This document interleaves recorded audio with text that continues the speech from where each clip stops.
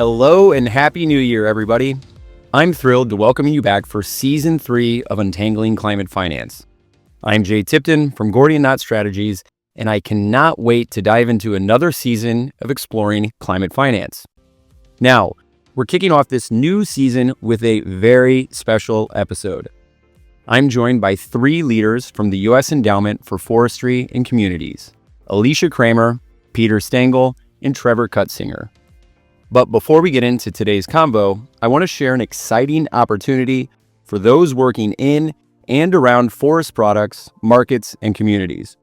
On January 7th, the U.S. Endowment for Forestry and Communities is officially launching Round 2 of its Impact Investing program. We at Gordian Strategies are fortunate to be helping the endowment once more on this initiative. But here's why this program is so exciting. It was piloted with $15 million over 3 years, designed to achieve greater financial and social impact. In its first round, in 2024, the program invested $3.5 million across 3 outstanding projects that are already making waves in forest-related economies. For 2025, the endowment is preparing to invest up to $6.5 million in projects that generate financial returns while enhancing forest health, supporting forest-reliant communities, and expanding sustainable forest markets. Programs like the endowments are critical for addressing challenges like wildfire risks, pests, and overgrowth, while creating opportunities for innovation and economic growth. So, if you or someone you know is working at the intersection of resilient forests, sustainable forest markets, and thriving forest communities around the U.S., please spread the word and consider applying. The URL to register and learn more is www.gordianstrategies.com/impact investing program. There will also be a link in the podcast show notes.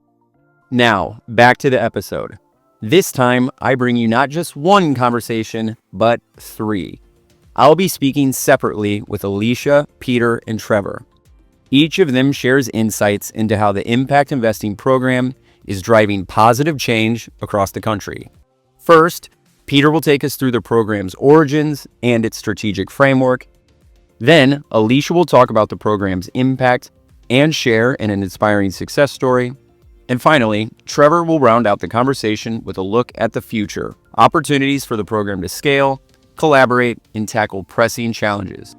So with all that said, let's go.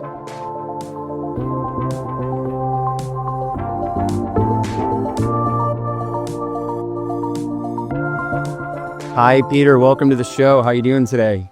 I'm great, Jay. Thanks so much for the opportunity to speak with you. Yeah, thanks for joining. So let's just dig into the basic stuff. Why don't you tell me a little bit about yourself, starting with your name and title? Sure. My name is Peter Stangel, and I'm the Chief Development Officer at the U.S. Endowment for Forestry and Communities, which is based in Greenville, South Carolina. Beautiful. And where are you from? I grew up in Massachusetts, but came south for college and graduate school and have been in South Carolina for the past 15 years or so. All right. And why don't you give me your career background up until where you are today? I have been interested in nature and natural history for my whole life. My passion is birds and bird conservation. And so as a young person, the question was, well, what do you do if you're interested in birds and bird conservation? And the answer seemed to be to go to a university and do research on birds. So that's the educational path I took. But about midway through my graduate career, I realized that although I enjoyed research, my real passion was conservation, and that I felt I could do more for bird conservation and habitat conservation doing something other than research. So soon after graduating from the University of Georgia with a PhD in ecology, I took a job in Washington, D.C. at a philanthropy called National Fish and Wildlife Foundation and spent about 20 years there, and then moved over to the U.S. Endowment about 16 years ago. Awesome. That's great. I love that. I did a master's in Europe, and my thesis supervisor, he was like the king of peatlands in Poland, but his side interest was birds. That was his like secondary science that he did on his own time that he loved. And he knew so much. It was fun to spend time with him. Oh, interesting. I'm always amazed when I talk with people, strangers in particular, and let them know about my interest in birds, they always have a story to tell or something good about birds. So it's a great way to bring people together, I think. I agree with you. I agree. Okay, Peter. So today we're going to talk about the Endowment's impact investing program. And what I would like for you to do is just describe it to me or describe it to our listeners. Why don't you give the, lack of a better word, bird's eye view of the Endowment's impact investing program? Well, we are in year 2 of our impact investing program. We did a very successful sort of first run last year and funded 3 projects. It's a modest effort by traditional standards in that our board 2 years ago approved $50 million, roughly $5 million a year for 3 years, for us to pilot this project. The reason we pursued impact investing is that we're always looking for ways that we can have a greater financial impact. Although the U.S. Endowment is the largest public charity focused on working forests in the country, we're very modest in size. We have about $8 to $10 million a year to spend of our own money to spend on projects. So we're always looking for ways to leverage our impact. That's what it's all about for us, is how do we get more done on the ground? And so impact investing seemed like a logical and attractive next step for us. Got it. And where did the idea originate? I guess maybe take us back a couple of years when you guys were discussing potential avenues. Can you recall the nucleus of the concept came from? Sure. It's actually from our founding executive director, Carlton Owen. Carlton was always very innovative in how we use the endowment's corpus to fund projects. We early on started doing things like program-related investments, which are low-interest loans. We did some loan guarantees and things like that. And he pioneered an impact investing program almost a decade ago, but using program funds to kind of test the concept. And he funded a couple of projects, and then we had to move on to some other things. But then a couple of years ago, it seemed like the opportunity was ripe. Impact investing was becoming more and more popular, more and more accepted by other foundations and philanthropies. And it seemed like a great opportunity to bring to our board, which we did. And there was enthusiasm there. And we had 3 board members in particular who helped guide us on this journey and get us started. Excellent. And obviously, getting something like this off of the ground kind of comes with some inherent risk and maybe some insecurities of how things are going to pan out. But as you said, you're already working through the program. You're going into another year of it. Can you kind of explain the process of building up the confidence and the capacity in the program as you were working through the first year? Sure. And that's a great point. And, it was a new concept for both staff and board. And it took us a little bit outside of our comfort zone because our corpus is traditionally invested like most corpuses are. And people are familiar with the stock market and how it works. And so impact investing seemed to be a little bit riskier. So with guidance from our board members, we took the crawl, walk, run approach. So started very gingerly. We actually began with an allotment of project funds to spearhead the program. We realized that we did not have internal expertise in impact investing. I'm not a finance person at all. So we put out a request for proposals to identify an entity to work with us. And we're thrilled to find Gordian Strategies, who've been with us since the onset. They did some great analysis for us at the beginning, looking at the various investment opportunity areas within the forestry world. They developed a scorecard for us that we could use to evaluate and rank proposals and give us a very analytical and sustainable approach that we could use year to year. I think their expertise gave the board a lot of confidence. We did a pilot program a couple of years ago where we invested that initial slug of project funding. We funded 3 projects. We tested out the scoring system and everybody seemed comfortable with it. And I think that slow approach in the beginning really set the stage for the board to make a decision to set aside $15 million from the corpus for the real impact investing program. Thank you for the kind words about Gordian there. Appreciate that. Well, they've been key partners. We've learned a lot from them, and it's just been a pleasure to work with them, and they've certainly upped our game. I want to pivot a little bit, but really quickly, why don't you just say, what is the lay of the land currently with the program? So we're just about to enter the second year of the program. We have about $6.5 million to invest, and we expect requests for proposals to go out in early January 2025. And we'll begin the process and plan to make our investment decisions by early summer of 2025. Excellent. And just so our listeners know, we will be sharing all of the information regarding the RFP and in the respective dates that Peter just stated. So you'll be able to find all of those notes in the podcast show notes. So you look there. And then last question for you, Peter, is what are you most proud of so far regarding the program? Oh boy, there are several things. And I think I have a lot of pride in the program, as does, I think, our staff. A couple things. One of the really interesting innovations that Gordian Knot Strategies brought to us was the opportunity to use kind of a pre-application form that they call TRARO, Traro. And it's an opportunity for potential applicants to provide information, respond to the questions we put out in our application form. But the Gordian Knot folks review those pre-applications and provide coaching to the applicants to help them make their proposals more competitive. So we don't use this pre-application process to filter anybody out. We use it as a way to help them strengthen their proposal. And there have been a number of really great stories from folks who applied and benefited from that process. And I think that's an important thing that we've been able to do, even for folks that didn't secure funding from us, is that we help them develop a stronger proposal that they can use elsewhere. So that's one thing I'm proud of. I think this process has brought together the endowment's board and staff in a really exciting way, because the staff have worked so closely with the board to make the process go forward. And I think both the board and staff feel a lot of ownership in the program. And then I think the last thing I'm most proud of is the entities in whom we've invested, which are typically relatively small businesses, often family-owned, and who are just doing fantastic work and who need a little bit of a financial push to grow their businesses, grow their programs.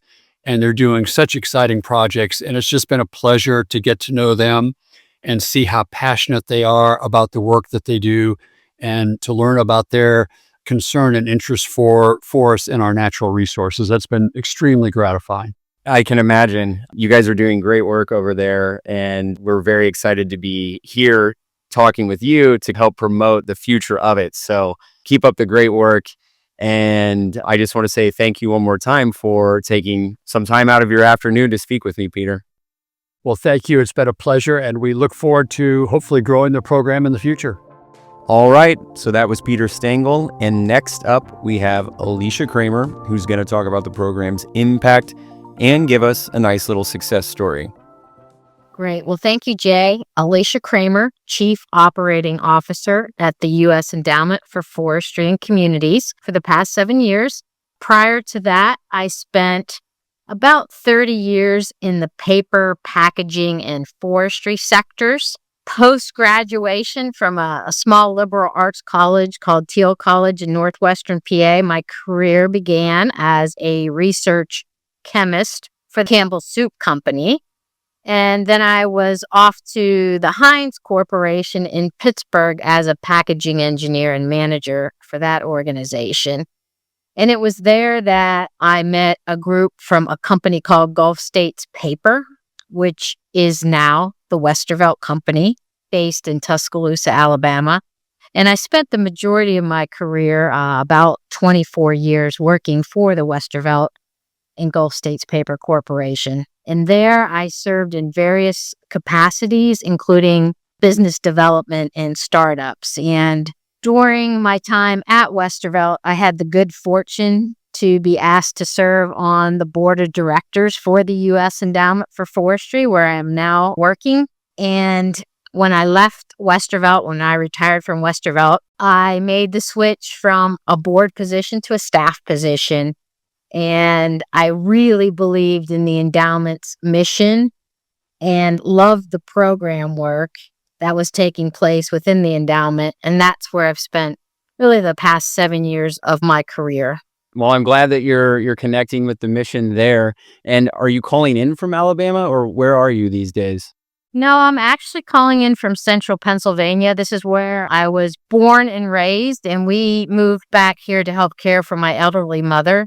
So with the endowment's kindness and flexibility, I'm able to serve in this role remotely. Very good. The power of computers and the internet. That's right. Cool. Well, let's talk about the impact investing program. As you know, I've already spoken with Peter, and he covered basically the 101 or the bird's eye view of the program. And so with you, I was hoping that we could focus on the impact and the value of the program. I'd love to hear from your perspective the value that you think the endowment's impact investing program brings to the world. Well, sure. I'll try to address that, Jay. When we think about impact investing, it expands the scale and scope of a foundation's work beyond what is possible with traditional grant making and program related investments, or what many refer to as PRIs. And historically, grant making and foundation investing function as separate activities, one championing social or environmental impact, the other really financial gain. But in impact investment or impact investing, we allow those two tracks to intersect. And we believe that by marrying those two efforts, it affords us the opportunity to amplify or grow our impact within the endowment. And can you say how it builds upon the programmatic work that the U.S. Endowment is currently doing?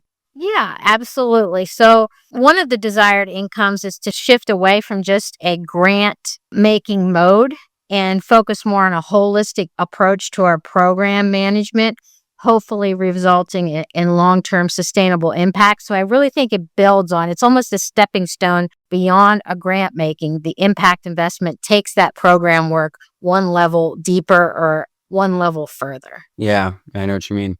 And obviously, any program has two sides to it, right? Of course, the success that you all want to see, but then the success that the community or your partners feel.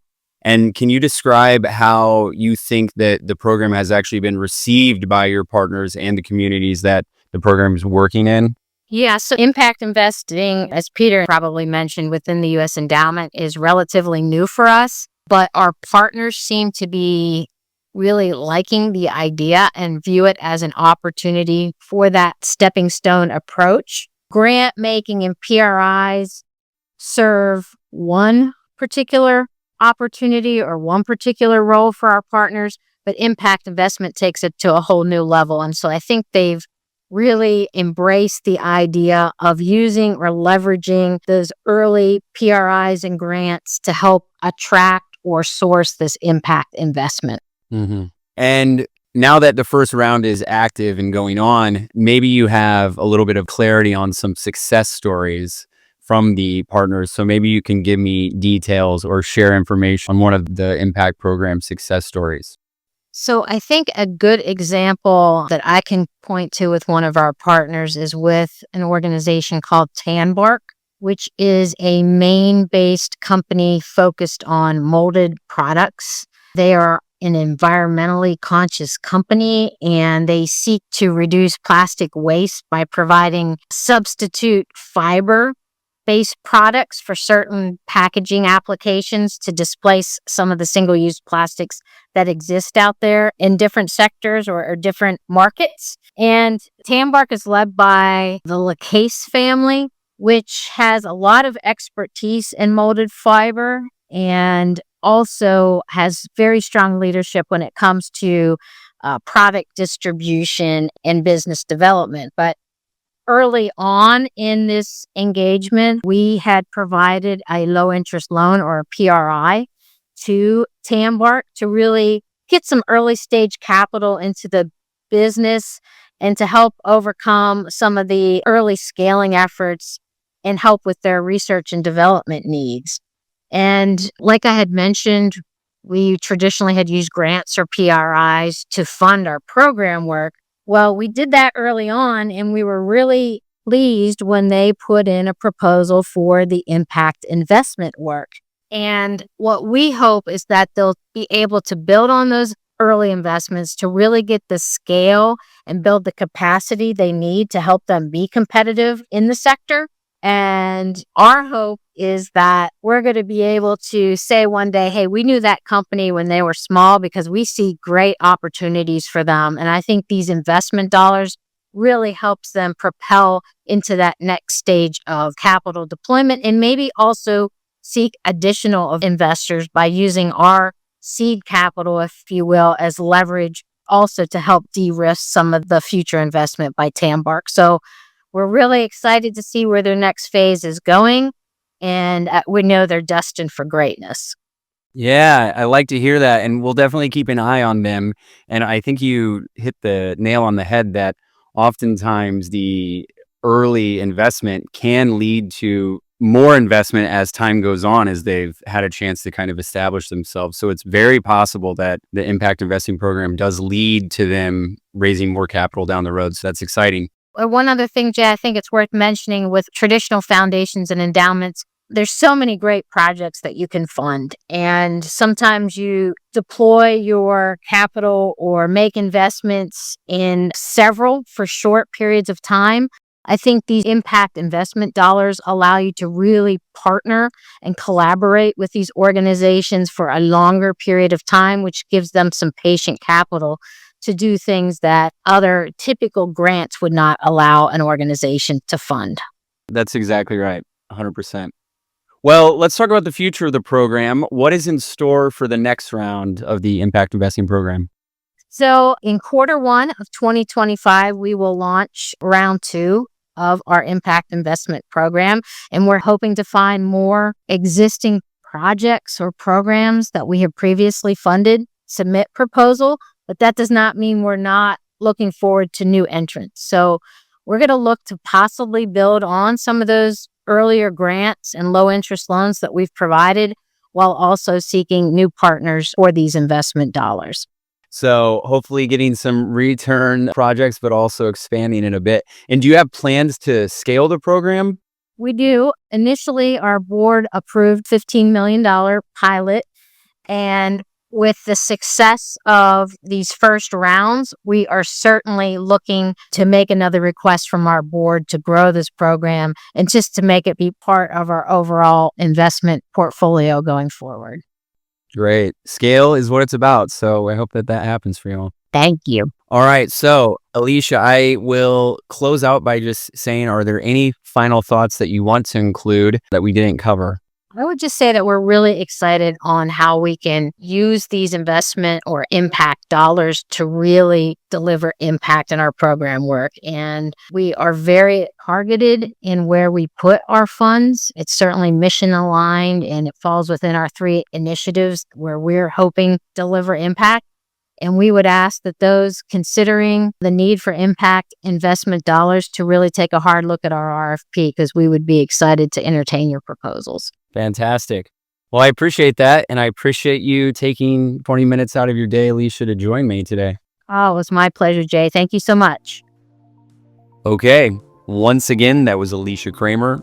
And now for the final interview of this episode, I'm going to talk with Trevor Cutsinger about the future of the impact investing program. And once again, I'll let him introduce himself. Trevor Cutsinger. I'm the Vice President of Natural Capital Solutions at the U.S. Endowment, talking to you from Aiken, South Carolina, which is my hometown. Beautiful town, once was dubbed the best small town in the South and is home to one of the largest urban forests in the U.S. called Hitchcock Woods. So just a blessing to be here. That's great. I did not know that. It's a nice little tidbit. Yeah, no, it's a great place and got family here, and great to sit next to a beautiful longleaf pine forest and get to do the work of forest conservation and rural community economic development. Totally. And so why don't you give me a bit of your career path as well up until your position now at the endowment? Yeah, I've been really privileged to have a over 15-year career spanning a lot of different roles in the natural resources sector. So I started out working for the U.S. Army in the longleaf pine ecosystem in South Georgia. Little known fact, the U.S. Army actually, on its installations, manages more threatened and endangered species than the Fish and Wildlife Service does on its refuges. Pretty amazing phenomenon for the military.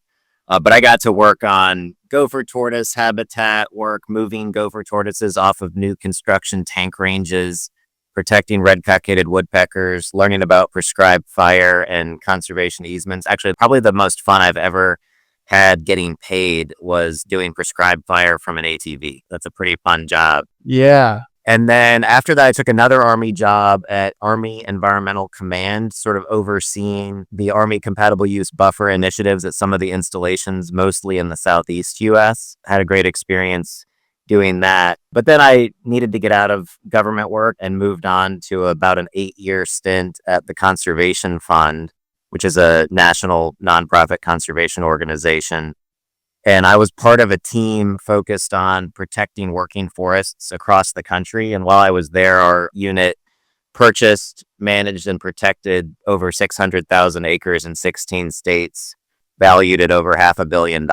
And they've gone on to exceed well over 1 million acres with that program and have had great success. More recently, I spent about 5 years in the forest carbon markets, first working at Finite Carbon, and then most recently on a carbon team at Pilot Travel Centers, which is the largest travel center business in the United States. And this variety of roles really prepared me well for what I'm doing now at the Endowment. Yeah, you've seen a bit of it all, and it sounds like you've had a lot of fun too. Yeah, my dad used to say he would do what he did for free, and I'm pretty close to that actually, so I'm very blessed. Yeah, that's a blessing indeed.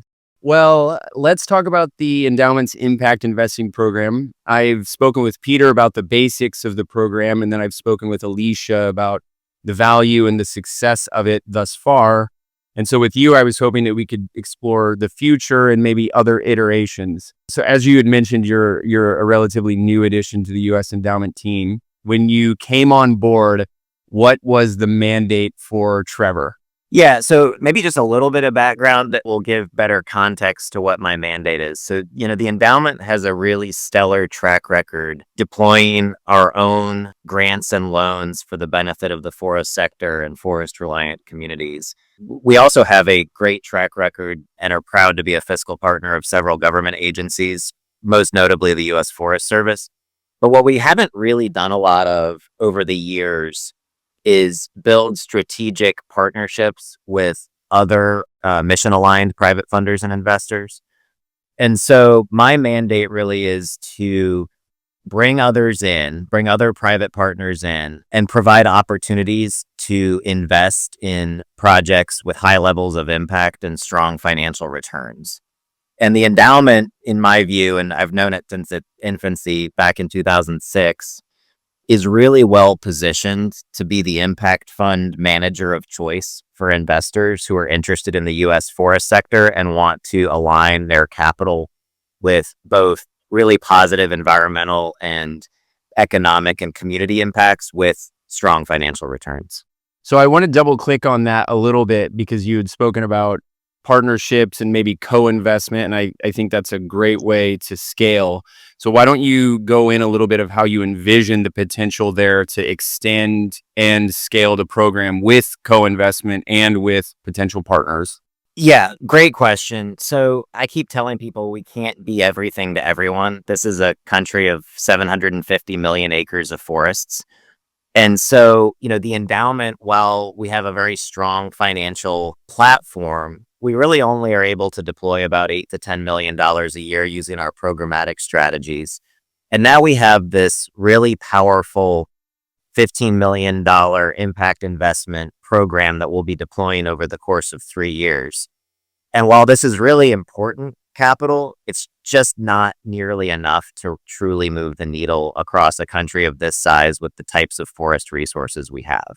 And so, in my view, it's critical for the sector to bring others in, and we're able to be really creative, right? We have a goal to create a commingled investment fund where we're able to manage our own capital alongside other investors' capital. But if we find investors who are uncomfortable or not interested in a commingled fund, but are looking for opportunities to invest in these kinds of projects, we can bring them alongside of us as co-investors. We can even provide access to our pipeline of investments that we are working on and provide access to our due diligence materials and our team's expertise and our network of partners. Really, at the end of the day, this is about driving capital into the gaps in the forest economy that really need this kind of capital. And however we need to do that, we'll be open to working with other partners. Mm-hmm. Yeah, you're absolutely right. And given everything that you just said, are there any specific categories or buckets or themes that you see as natural evolutions for the program? Yeah, absolutely. So the theme I'm most excited about is really honing in on the problem of low value wood utilization. This is not a new problem, right? I mean, if you Googled low value wood in the United States, you'd come up with a lot of Forest Service articles, a lot of state agency research, and a number of groups who have identified this as a key problem. You know, we see intense fires burning every year out west. We see overgrown stands, monocultures of beech in the northern forest. We see threats from pests and disease and other forest health challenges emerging when we don't have market outlets for this low value, small diameter wood material. And so that thematic is really a huge opportunity when you think about uses like biochar, like molded fiber packaging, bioenergy, biofuels, and then, the more recent emergence of mass timber and cross-laminated timber. There are new and emerging opportunities just in the last 5 to 10 years. And some of these have been around for a long time, but the technology has advanced such that we have new ways to invest, new technologies, and new approaches. And so that area is, I think, really ripe for return-seeking investors to come alongside grants and concessionary debt types of investors and really layer the capital stack such that we have an opportunity to really move the needle on this issue of sort of low-value wood utilization in this country.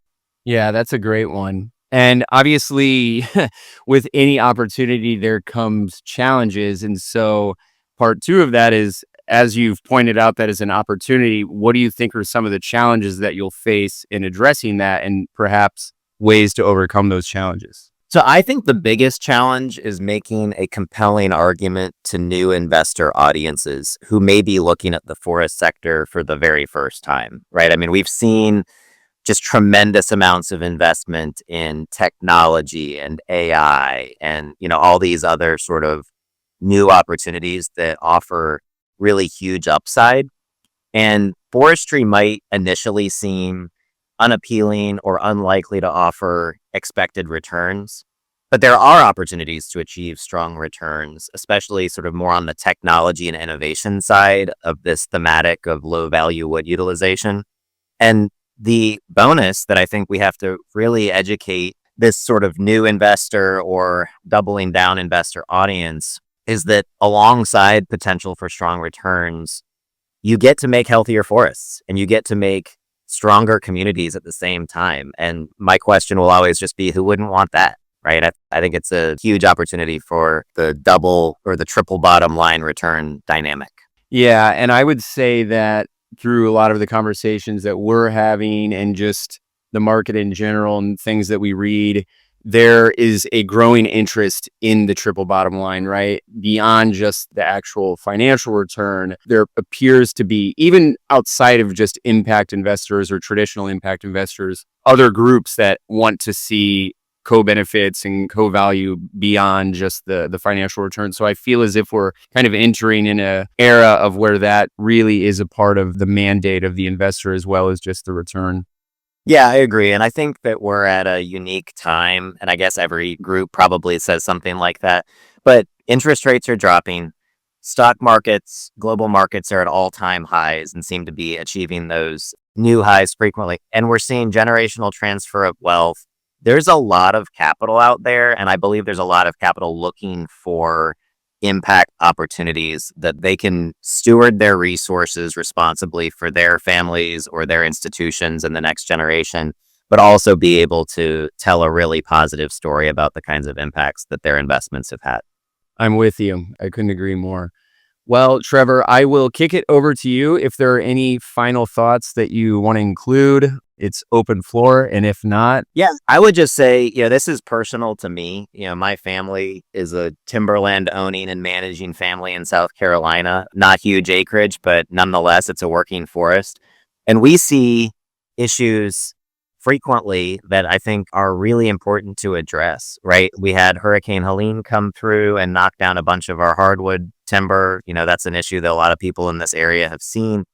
We're also facing the lack of markets problem that investments in low value wood markets are built to address, right? I mean, I've got pine plantations and my family forester, Brad, is telling me, we're going to triple the number of first thinnings needed in South Carolina in the next 10 years. And he's already having trouble selling the first thinnings that he has available today, including the timber that I have that's due for a thinning in 2 years. We can't manage healthy forests without investments in these kinds of markets and these kinds of utilization strategies. I'd say I'm really optimistic, even though we're facing challenges and forest health issues nationwide. I'm really optimistic because I think there's energy behind this space. There's capital behind this space. There are entrepreneurs and community members across the country who I think are looking for these types of opportunities to build businesses, manage better forests. And so I'm overall really excited about what's to come. That's great to hear. We always need a dash of optimism. So I'm excited to hear, because you're so close to it and you sit there with it, you're having these conversations. We need the optimism and we need to share that optimism. So I'm glad to hear that from you. No doubt. Well, thanks for your focus on this topic area, and we need to keep driving more folks to the space. 100%. All right, Trevor. Well, thank you for giving me 15 minutes of your morning on a Friday. I appreciate you joining. This was a great conversation. I hope you had some fun. It was great. Really enjoyed it. Thanks for the time.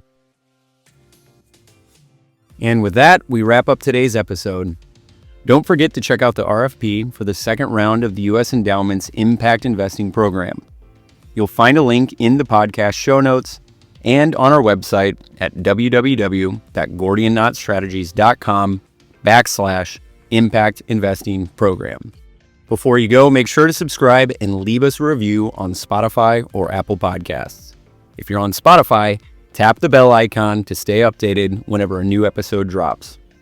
Make sure to check out our other podcast episodes and don't miss our weekly newsletter Sliced for quick updates on carbon markets, climate finance, and environmental protection. If you have any questions or just want to connect, feel free to reach out to me at jtipton@gordiannotstrategies.com. My email is also in the show notes. Make sure to join us again in February for another climate finance combo. But until then, take it easy and thanks for listening. This podcast is brought to you by Gordian Knot Strategies.